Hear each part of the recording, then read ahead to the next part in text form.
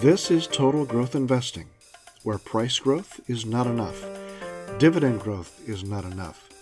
We want to identify stocks, funds, and other investments that perform well in both of these measurements, because when we find them and buy them, we can beat the market over the long term. Just to get this out of the way, I am not a financial advisor. I am posting this video for entertainment and educational purposes, and the opinions expressed are my own. I'm not monetized on this channel in any way, shape, or form, and I have no personal business relationship with any of the companies mentioned.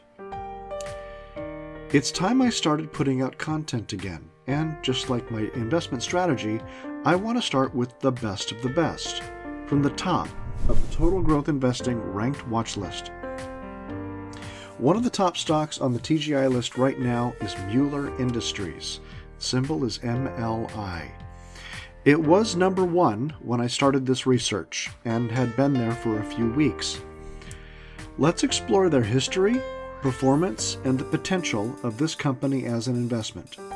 Just for disclosure, I bought one of MLI in December of 2022 after they landed high on my ranking list. Mueller Industries is a manufacturing company in the industrials sector. Their primary product is piping and conduits for refrigeration and heating systems, and they are a leading U.S.-based manufacturer of copper, brass, plastic, and aluminum products. Mueller Industries has a very long history, tracing back to 1851, when Hieronymus Mueller migrated to the United States from Germany after participating in protests against the German Confederation in the late 1840s. He first landed in Freeport, Illinois, where he married his wife, Friederike Berhardt, another immigrant from Prussia. They settled in Decatur, Illinois, where they had 6 sons and 1 daughter. Hieronymus was a tinker, very good with his hands, and never satisfied with what was. One of his biggest inventions was a water tapping machine, basically a valve that could close off a pipe without having to turn the water off at the source. That's something that keep him dry while he worked as the Decatur city plumber in the early 1870s. He invented ways to pour brass castings and built a manufacturing company in Michigan as H. Mueller Manufacturing Company. When the horseless carriage was invented, Mueller bought one from Benz in Germany in 1892, and he and his sons added features like a reverse gear, water-cooled radiator, and a primitive spark plug. He was working on some carburetor improvements in February of 1900 when a spark ignited his gasoline-saturated clothes. He died a week later of his injuries. If that had not happened, it's possible that Mueller Industries could have been a major player in the automotive industry. But his sons decided not to pursue that path. Hieronymus' son, Oscar, would lose both of his children to automobile accidents. Mueller had manufacturing facilities in both the U.S. and Canada, and when Canada entered World War I in 1914, they began making munitions and other material for the war effort. Their casting facilities were highly advanced for the time, and their engineers invented a way to cast shell casings in a single piece instead of multiple pieces. In 1917, when the U.S. entered the war, Mueller moved their manufacturing to a new facility in Port Huron, Michigan, and reincorporated under the name Mueller Metals Company, with Oscar in charge. After the war ended, they continued to focus on technological advances, including for the new refrigeration industry, where their brass castings were used because they did not leak refrigeration gas. They also perfected the casting of copper tubes for underground and indoor water systems. When they came out with the Streamline brand of solder-type fittings in 1930, they became a standard in the industry. The Great Depression caused sales to slump, but the company survived and returned to profitability by 1935. They were able to provide piping systems for the U.S. Navy and ammunition manufacturing for the Allies. They continued to be a supplier for the Department of Defense through the Korean and Vietnam Wars as well. After the Second World War ended, Mueller was well positioned to provide piping systems for the increased home construction industry as the U.S. population boomed. The decade of the 1950s was also a good time to start expanding the company. During the 50s and early 60s, Mueller acquired and sold a number of companies in the metals industry and grew profits to $2.35 million on sales of $80.8 million in 1963.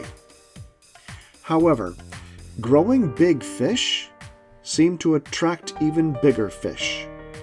In 1965, U.S. Smelting, Refining, and Mining, USSRAM, had accumulated a 72% share of the company and made an offer to acquire the remainder.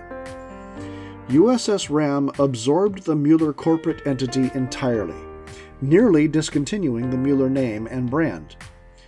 USSRAM had done this under the leadership of Martin Horowitz, and what he was attempting to do was create a fully integrated copper supply chain all the way from their Continental Copper mine in New Mexico through to the smelting of copper products, which Mueller was acquired for.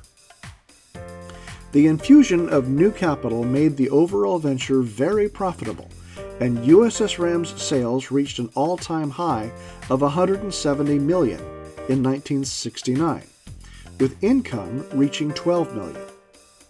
The Mueller facilities had also expanded to produce products made out of plastic starting in 1967, and they continued the expansion into the mid-1970s, purchasing plants in Hartsville, Tennessee, to produce refrigerator and air conditioning components.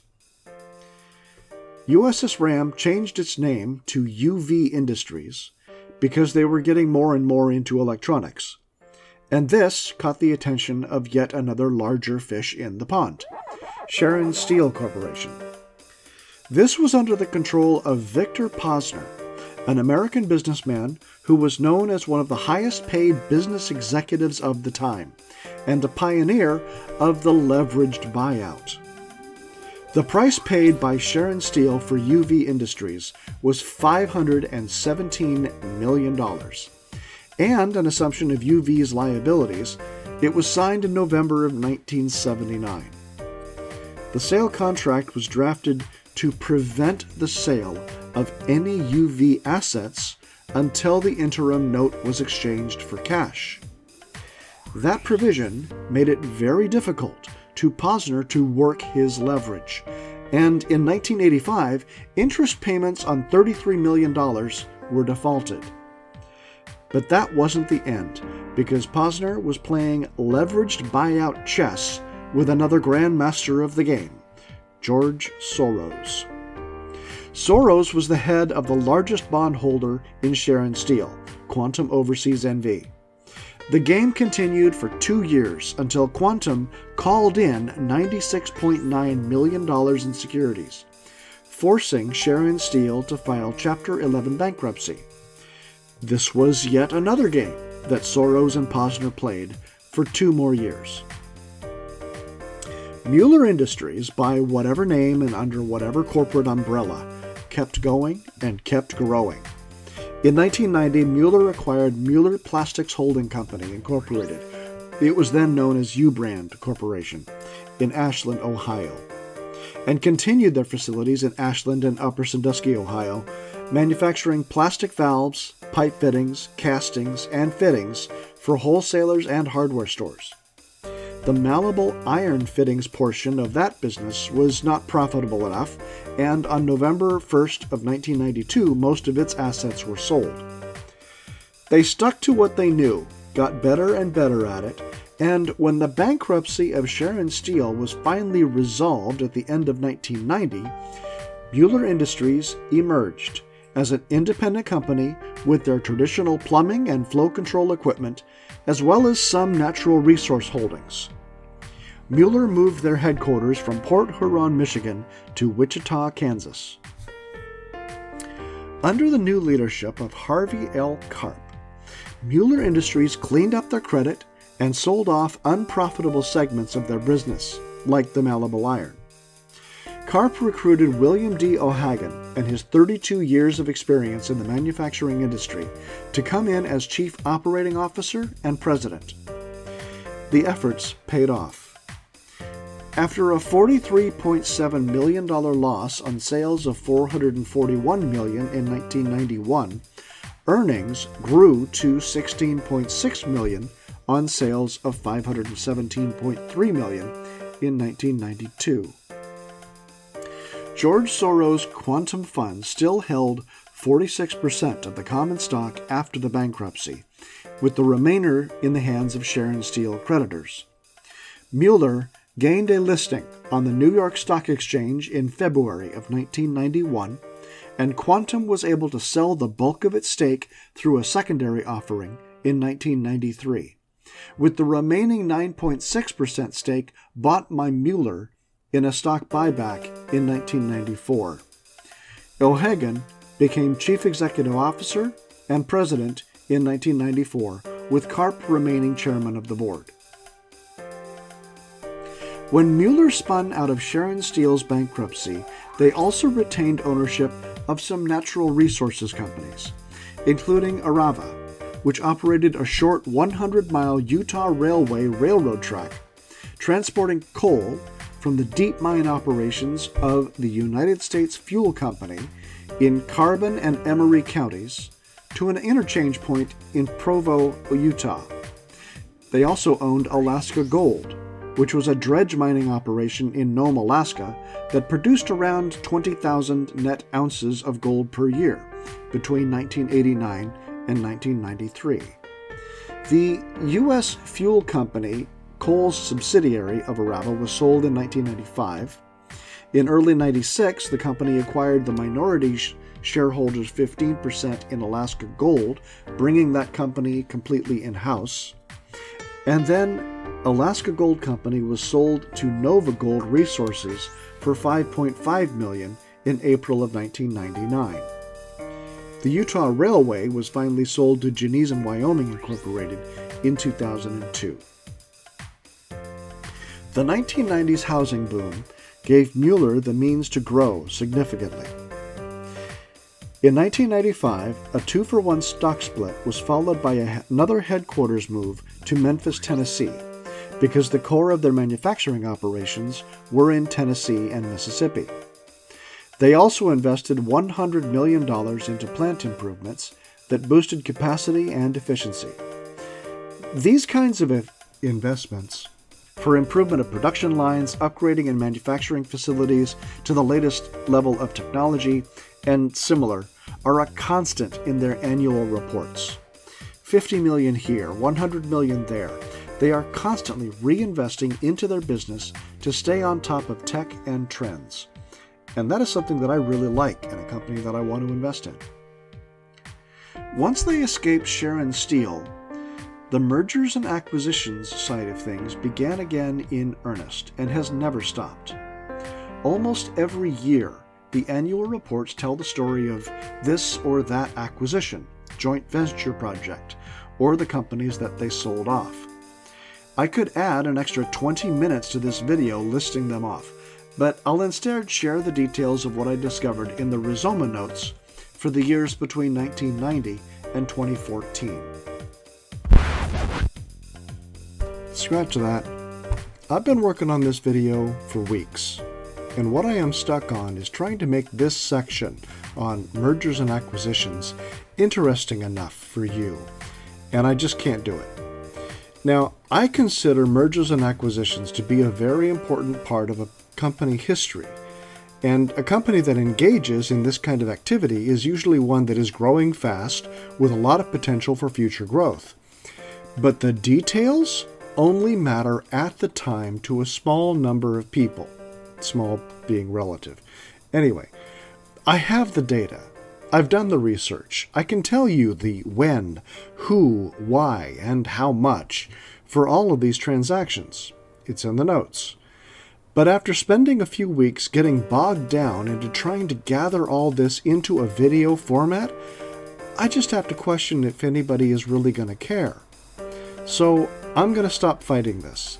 I'm going to show the list of mergers, acquisitions, and sales that Mueller has had since they launched in 1990. And then we'll get to what you are really here for, which is the data about what these transactions have done to their bottom line, their stock price, and their dividends. And finally, looking at the 2022 report, no mergers and acquisitions were reported, but they had another great year. Let's look back at some data I gathered from these annual reports, starting when they spun out of the bankruptcy of Sharon Steel in 1990. Here is employees in blue, net sales in red, operating income in yellow, and net income in green. In 2022, their manufacturing plants covered just over 18 million square feet of floor space. Here's a breakdown of those properties, by which ones they own and which ones they lease. Since 2014, they have categorized their production lines into three major segments: piping systems, industrial metals, and climate. And here is how their operating income has changed, broken out by those sectors. They also had data starting in 2015 about all of their overseas operations, with this chart showing their net sales by geographical divisions. These last 2 years have been amazing. Now let's look at how their numbers have been doing, at least the numbers that I care the most about for my ranking system. First, dividend yield. Current average of their dividend over the last 4 years is 1.27%. And thanks to their growth history, the yield on cost is going in the right direction, up and to the right. This is why we buy and hold. Their dividend growth is also spectacular over the last decade. That spike in 2017 was their centennial dividend of an extra $3 per share. I wish I had known about this stock back then. Their payout ratio is really low, showing just how much they are focused on reinvesting back into their business. Nearly all of the incredible number of mergers and acquisitions that I've talked about were paid for in pure cash, very little in debt. With that kind of discipline, I think we can expect the dividend growth to continue. It looks like the rest of the investors market would agree with this, because their momentum is green almost across the board. I think the tornado in Tennessee in early April of this year may have scared some people away, but these are the dips that we look for as opportunities, and I don't think the price will stay this low for very long. This is not financial advice, of course. The free version of Seeking Alpha can only show me back 5 years, so I'll bring up Portfolio Visualizer to give us the long view. Mueller Industries cracked above the S&P in January of 2001 and has not dipped below it since. And they came out of the pandemic stronger than ever. That also applies to portfolio income, which matched or exceeded SPY from the very beginning. Of course, if you read their annual reports, the board of directors of Mueller Industries is excited about the future of their company and working hard to provide pipes, metals, and climate solutions to the United States and around the world. You can't help but feel that excitement when you look at the results. And that's the reason why MLI rose to the #1 spot on my total growth investing ranked watch list for so long. Long enough to be at the top when I started doing stock research again. Thanks for watching.